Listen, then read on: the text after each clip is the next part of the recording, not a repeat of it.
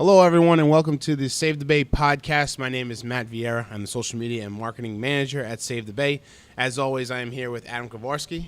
Nice to see everyone again. I'm Save the Bay's aquarist and one of our education specialists. I run our aquarium here in Newport. So it's been a crazy last month or so. The podcast has kind of been like off schedule. Yes. Than normally. We had our normal, beginning of December podcast for the December theme. And then we had our little aquarium update version 1 just for, all the dates we were open over the holidays. And now we're coming at you a little already into January, but we're going to get this up the day we're filming, which is today's Monday the 9th. Yep. So you should be able to listen to it today. So let's get right into the theme. Before we get into talking about what this month's theme is, though, I want to give a quick shout out to Corvius. Yes. Corvius Solutions, who generously they support our membership days here at the Exploration Center and Aquarium. So all you members out there who come and enjoy the aquarium, you can thank Corvius for letting you and 5 other family members in for free. Yeah, it's a wonderful thing. Everyone at Corvius has been great. We've had a few people come in from their organization as well to visit us. And they're all it's a really nice group of people. They've done a great thing here. So thank you very much, Corvius. And if you are interested in becoming a member and in getting that great benefit or what we were just talking about, just visit our website, savebay.org/membership. And you can join and be a member there, or come down to the Exploration Center and Aquarium and you can become a member right here. Yep, you got it. So, all right. So January's theme. Yes, so January's theme, everyone, it is crazy cool fish of the bay.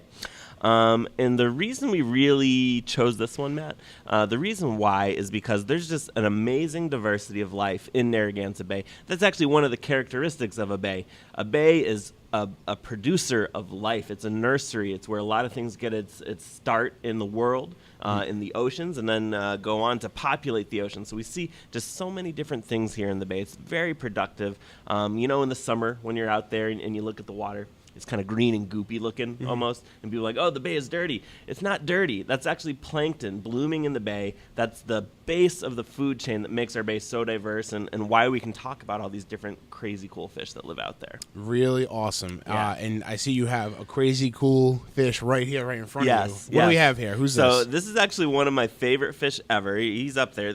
So this guy right here, he's called an oyster toadfish.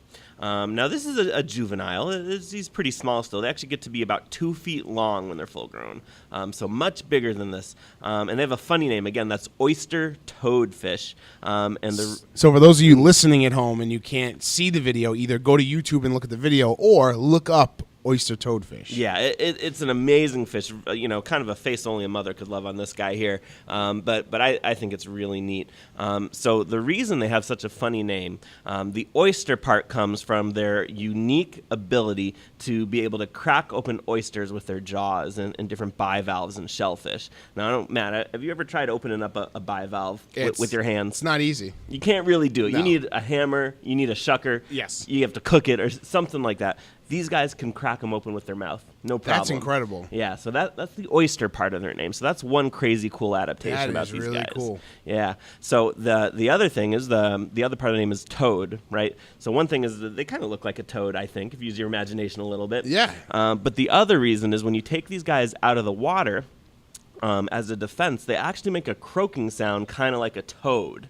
So it almost sounds like a toad. The first time I took one of these full-grown adults out of the water and checked him out, he started croaking. I kind of screamed and dropped him back into the water because I didn't know what was going on.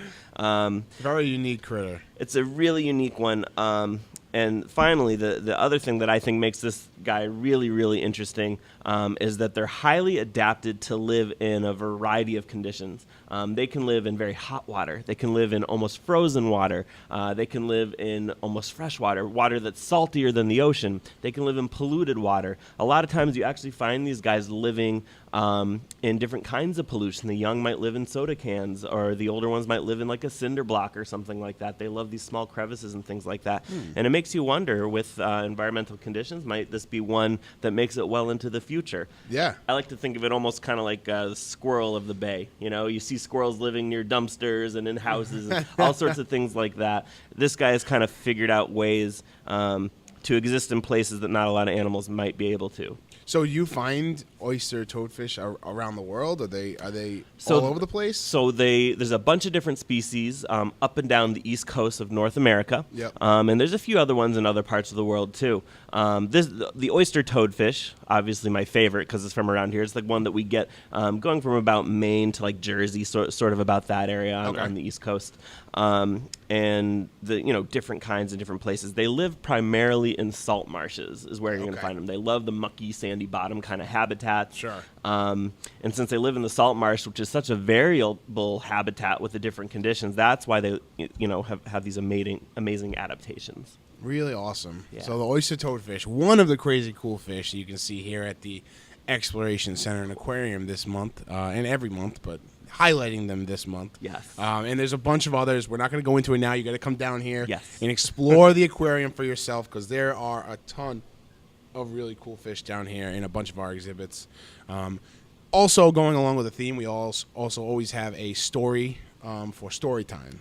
Yes. And this month, it's Flossie the Flounder. Flossie the Flounder. It's a really unique book about, it's a kid's story about flounder. There's not a lot of books out there that are specific about a certain animal like that, but it talks a little bit about how it goes through a metamorphosis and his eyes shift all over the place. We have a great story with felt pieces that go with it, and the kids can help us act it out. That Really cool. And flounders, for those you don't know, they're flat. It's a flat fish. Yeah, which is very unique. Yeah, with two eyes on top. But it's still a bony fish. It's a very unique animal. Really cool. Going along with the theme as well, we have a scavenger hunt as well every month. And this month it's the anatomy of a fish, I believe. Yeah, so pretty much we're hiding different pieces of fish around the aquarium. Not real ones, fake ones, but maybe real ones someday for the interns. Get them to really learn. But anyways, the guests can come in. They can go around, find these fish pieces, and they get to create their own fish. Once they finish building their fish, we have great prizes that we give them. Great. Yeah. And speaking of creating your own fish, this month's craft is design your own fish. Yeah, and we want people to really use their imagination. Think about what kind of adaptations a fish might need to survive, or whatever ones you think are cool. And we want you to put it on your fish, and we'll have different prompts on how to kind of construct it. So we'll provide you with a paper plate, some crafting materials, and you'll have to use some imagination and create a fish all your own. Yeah, bring your imagination. With some inspiration from the crazy cool fish all around us. Yes. This month's Feeding Frenzy, which for those of you who don't know Feeding Frenzy, Adam, you want to let them know. If you live under a rock like this oyster toadfish, you might not know what Feeding Frenzy is, but it's very popular. It's happening in our aquarium every month. Yes. And you know what? There's a lot of critters that live under rocks here, just like those of you who might still live under that rock. You can come check it out. So what happens, January 19th, that's a Thursday. We do it every third Thursday of the month, and we do extra ones sometimes. But you come here for an hour. You help myself or one of our other aquarium biologists who are highly trained go around and feed almost every animal in the aquarium. And for people that don't know, we have a few hundred animals here at any given time. That number really changes because we release things all the time. We catch new animals. Things move in and out of the bay very regularly. So that kind of fluctuates. But this time of year, we have a ton of stuff that we got kind of small. It's getting bigger, so we need help feeding it. You can come here, support Save the Bay. Help us feed the animals. You get to feed the sharks. You get to help us feed the octopus. We just got some octopus in. This is the grand release. Actually, I haven't told anyone yet. This is it. This is it. Exclusive to the podcast. So we have some octopus you can help feed this month, which are really, really cool. And you can help feed the toadfish, a bunch of different stuff. And it's a 1 hour program. It's in the evening. It's a great one. 5 to 6, right? 5 to 6 p.m. I can't express how awesome this program is. Everybody that comes to this loves this program. This is a side to the aquarium or any aquarium that you don't normally get to see. Right, the feeding of the animals, and all the animals feed in different ways. They eat in different ways. So it's really cool to see, and you get a good, like Adam said, highly trained staff. You're not just throwing food at these critters. You're actually learning about the fish, what they eat, what their diet is, how they eat, and things like that. So I can't recommend this enough. Again, it's January 19th. It's the third Thursday of every month. STB.org/aquarium. There's a registration link on there. I suggest you register ahead of time because there's only a few slots for this special activity. So if it's sold out, you'll have to wait until the next month. Yeah. This month, only 8 spots left. Okay. So get them, guys. Only 8 spots left, and we're about 10 days out from, if you're listening to this on the 9th, we're about 10 days out from it. So exactly 10 days out. So get on that, SaveBay.org/aquarium. Again, I can't express how awesome this is. It's a totally different side to the aquarium that you normally don't get to see. It's a great time. Yeah, it's a lot of fun. I love it.